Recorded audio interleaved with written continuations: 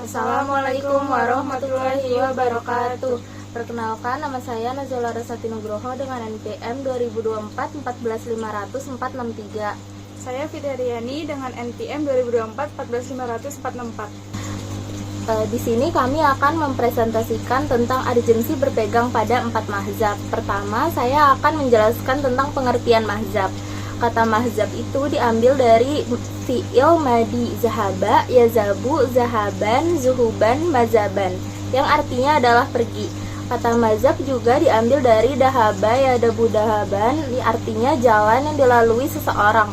Wahbah al-Zuhaili mengartikan mazhab adalah semua hukum yang di dalamnya terkandung berbagai hal, baik ditinjau dari cara yang mengantar pada kehidupan secara keseluruhan maupun dimensi hukum yang menjadi pedoman hidup. Mazhab di kalangan Nahdlatul Ulama mengakui adanya 4 mazhab yang menjadi dasar untuk menjalankan kehidupan seperti muslim sejati, yaitu Syafi'i, Hanafi, Maliki, dan Hambali. Keempat mazhab tersebut telah menjadi dasar sistem bermazhab, artinya mazhab yang menjadi anutan, teladan, dan tuntunan bagi seluruh umat. Nah, dari 4 mazhab tadi itu ada artinya. Yang pertama, mazhab Syafi'i. Itu artinya sebuah mazhab yang dirintis oleh Abu Abd al-Ilah Muhammad bin Idris bin Abbas bin Utsman bin Syafi'i bin Sa'ib bin Abu Yazid bin Hashim bin Abd al-Muthalib al-Qura'i al-Hashimi.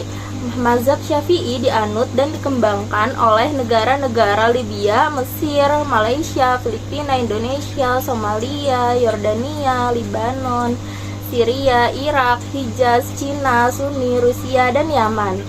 Nah, yang kedua itu ada mazhab Hanafi, sebuah mazhab yang dipelopori oleh Abu Hanifah Nu'man bin Sabit bin Zuwata al-Kufi. Abu Hanifah berkebangsaan Persia. Artinya, mazhab Hanafi itu dianut dan dikembangkan oleh masyarakat muslim yang hidup di negara-negara seperti Mesir, Turki, Syria, Libanon, Afghanistan, Pakistan, India, dan Tiongkok. Selanjutnya ada mazhab Hambali. Itu aliran mazhab dalam Islam yang mengikuti pemikiran Imam Ahmad bin Hambal dan murid-muridnya. Mazhab Hambali dikembangkan secara langsung oleh ulama yang bernama lengkap Abu Abdillah Ahmad bin Hanbal bin Hilal bin Asada Az-Zuhri Asy-Syaibani. Yang keempat itu ada mazhab Maliki. Mazhab Maliki ialah sebuah mazhab yang dikembangkan oleh ulama besar Abu Abdullah Malik bin Anas bin Malik bin Abi Amir. Ada 2 keistimewaan mazhab Maliki. Pertama, Imam Maliki banyak menuliskan sendiri pendapat-pendapatnya, yaitu dalam kitab Mutawa. Dan kedua, mazhabnya merupakan hasil pemikirannya sendiri, bukan hasil pemikiran sahabat atau muridnya. Materi selanjutnya akan disampaikan oleh Fitri. Itu adalah pentingnya berpegangan pada mazhab. Yang pertama yaitu mazhab merupakan jalan pikiran seorang mujtahid untuk menemukan hukum dari sumber aslinya, yaitu Al-Quran atau hadis. Yang kedua yaitu ada mazhab dapat membantu menghindari pemahaman keliru dalam praktik agama. Dan yang ketiga, mazhab dapat membantu terhindar dari kesalahpahaman dalam persoalan-persoalan atau keputusan hukum. Selanjutnya itu ada solusi untuk memperkuat pemahaman dan penerapan 4 mazhab dalam kehidupan beragama di kalangan Nahdlatul Ulama dan masyarakat Indonesia. Perlu dilakukan penguatan pendidikan terkait mazhab-mazhab tersebut. Pendidikan ini bisa diwujudkan melalui lembaga pendidikan agama dengan memperkenalkan studi perbandingan mazhab secara lebih mendalam dan menyeluruh. Selain itu, kesadaran dan pluralitas mazhab juga harus ditingkatkan agar umat muslim lebih menghargai perbedaan pandangan yang ada dalam Islam. Dengan demikian, meskipun seseorang lebih condong pada salah satu mazhab, mereka tetap memiliki sikap terbuka dan menghormati metode yang diterapkan oleh mazhab lainnya. Hal ini akan membangun sikap moderat yang lebih seimbang dalam menjalankan ajaran agama. Yang terakhir itu ada kesimpulan. Konsep berpegangan pada 4 mazhab dalam Islam.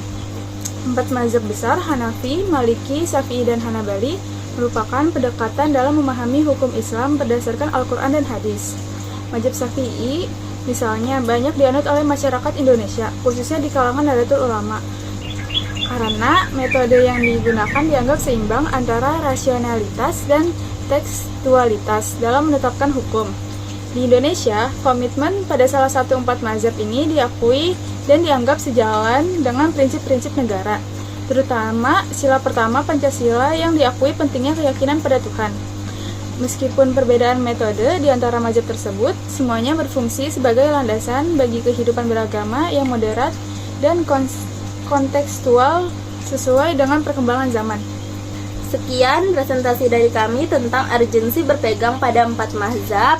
Kurang lebihnya mohon maaf. Wassalamualaikum warahmatullahi wabarakatuh. Bye-bye.